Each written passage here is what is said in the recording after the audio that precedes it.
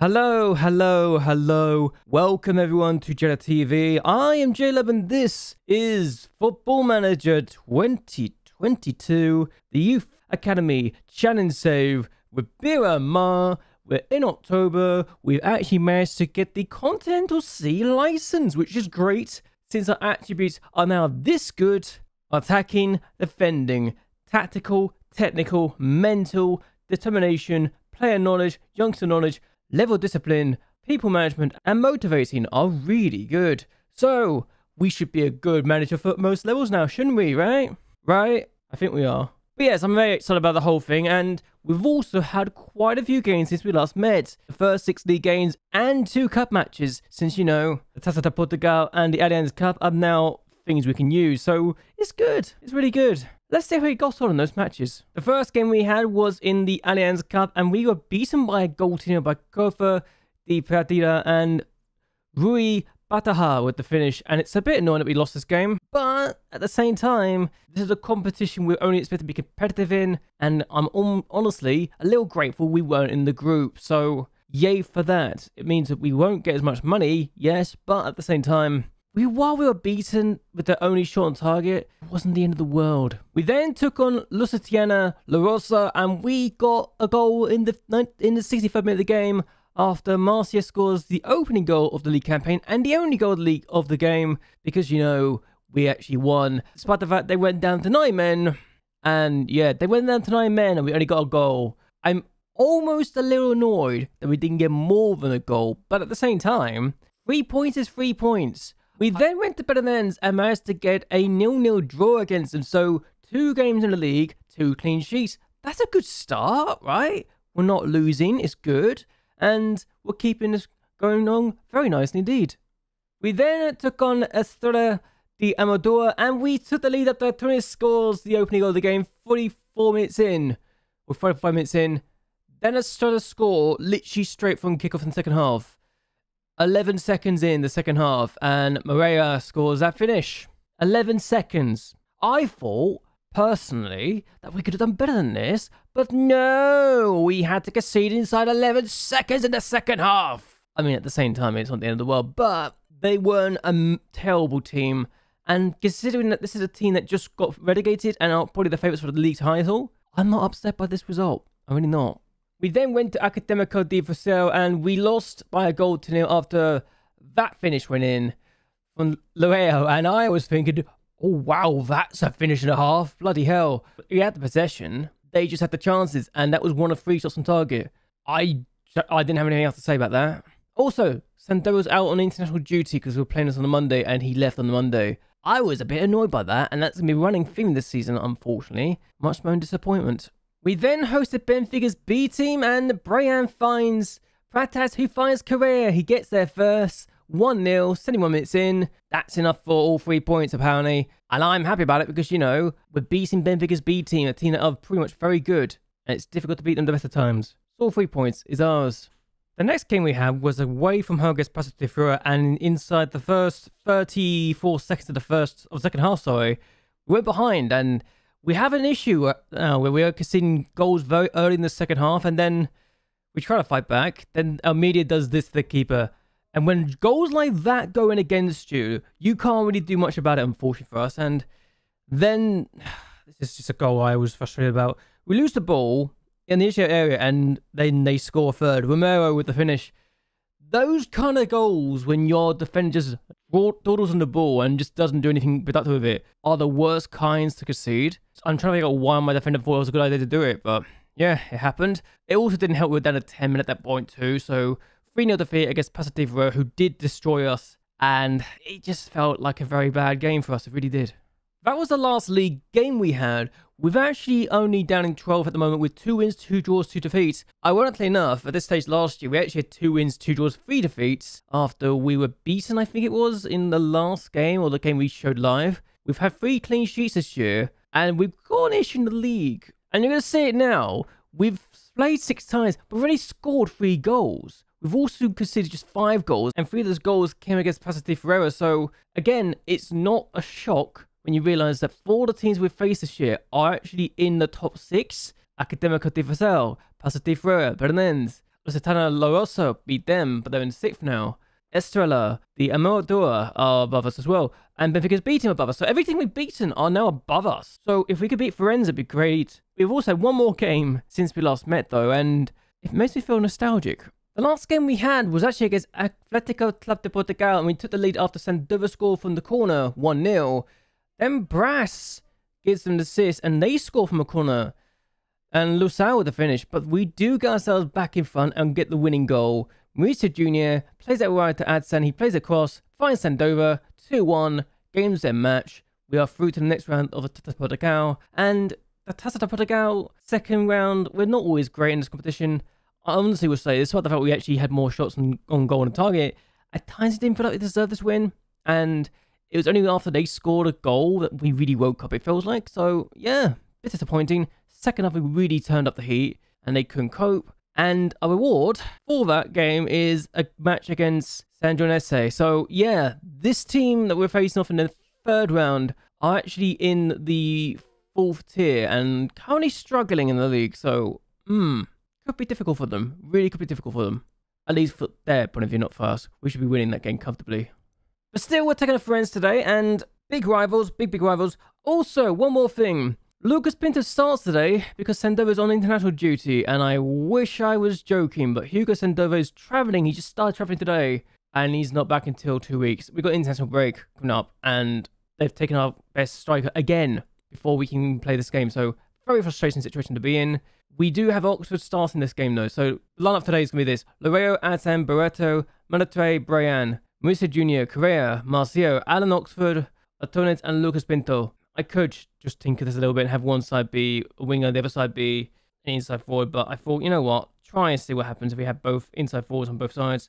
I just want to see what we can do with this because, you know, it makes sense to try different things and to see where we can go with it. If it doesn't work, it doesn't work. If it does work, then it does work. It's not the end of the world. We do need to swap up some players, I think, at some point. Antunes, despite scoring, has not been great. Sandover's our top goal scorer this year, and he's got 3 goals, and he's not able to play for us, so again, not ideal. Either way, let's see what we can do against Firenze and see if we can actually use a set piece to our advantage, because our 2 defenders playing for us, 6'4" Barreto, 6'2" Manatre. If we can use those 2 defenders to our advantage and use their height, then we'll do it, 100%. I look at this and I see their formation, I think, are we able to take advantage of this? They've got a new gen goalkeeper. And it's an interesting situation to be in. Most of our players are now new gens. It's just 3-4 players that are not new gens at this point in time. And that could change very quickly as well. With them being 8th place, 2 points clear. If we beat them, we go all the way out to 6th place because of our victory against Lusitana La Rosa. If we win, this is our best ever start to the season after 7 matches. And that's remarkable when you realise that's the case. So they've got a goal kick. Pinto's just missed. And here's Longo. Bruno Moraes. That's not exactly what you want to be doing. Adsan on the ball. Just don't lose the ball. Loreo plays it forward. He had to. It's been closed down quickly. And they get the ball back now. So hopefully we can defend here. But Antonis has got the ball back. Here's Pinto. Now Correa. Pinto. Oxford. Alan Oxford scores his first ever goal. And we do have the lead inside 21 minutes. Alan Oxford with the opening goal. Pinto, really good football here. Really well worked. 1-0 to Biomar against Firenze. We love playing against Firenze. We've not lost them in 5 matches. Brian's injured. That's great. That's great. Casanova's going to come in. Not ideal, but at least we've got Adsan playing both sides. We got a free kick. Barreto takes it. Here's Correa. Here was Barreto. Mauricio Jr. Manatre. And Manatre finds Adsan, who's playing the other side of the pitch now. Antones. Now Adsan. And here we are again. Marcio. Doing well here. We're trying to keep the ball nicely, but look how compact they're making the defensive lines here. Antunes finds Pinto. Pinto doing himself justice here. Here's Antunes now.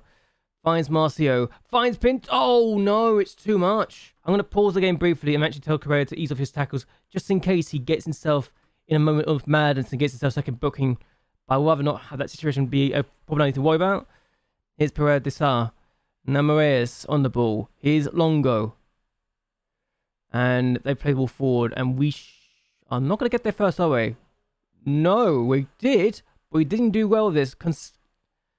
Calves finds... Oh, that's a bad miss. Okay, so half-time, we are currently 1-0. I feel like we're a bit lucky. Brian's injury, I don't know how bad it is, but as things stand, we are going to have our best ever start of the league campaign, despite the fact we've only scored 4 goals in the league this year. If we can keep a 4th clean sheet of the season, we're looking good. We just need to make sure we actually do it, you know? And if we can keep this up, we're looking very strong indeed. I need to check, because I didn't check this earlier. How bad is this injury potentially going to be? Oh God, it's a foot injury. It means that Helder Paredes will get a lot of game time, if that is as serious as I think it could be. They got a free kick almost immediately, 2 minutes in the second half. And offside! It is offside. Edu Duarte scored. It's offside. I am so grateful that is not a goal. And, I mean, it's obvious it was offside. Campanini, he looked offside as soon as it went in. So, good to see that's the case. We have the ball. Oh, Adsan, what a tackle by Marcio actually there. But Adsan the ball again still. Mauricio Jr. His Correa finds Oxford. Finds Casanova. He can place in the middle. Has done. Correa. Oh, my days. That's a bad miss. Okay, just made our last chase. Brothers come on for Mauricio Jr. And they immediately get a highlight, which is a little concerning. But okay. Thomas good. Oh, my God. Casales is in. He's not oh no! Rio Romeo! Why? Oh my God. I hate those rebound goals. There's something about it I despise more than anything else. I mean, it's a really good pass in the first place. From Gutierrez. I mean, he's completely wrong-footed the defender here. Adsan. And he's got the shot away. But then look at the space he's got. So much time and space. He's not going to miss. Such a stupid goal to concede. They've got another free kick. I swear to God, if they score again, I would be peeved. I'm going to go to balance. I actually am starting to think balance might be what we need to do right now. Not because I don't think we can do anything about it. How are we getting so many bookings as well? What is happening? We've got 6 bookings in this match. And I don't even know where they've come from. But we've got 6 bookings apparently. So we've just escaped with a point.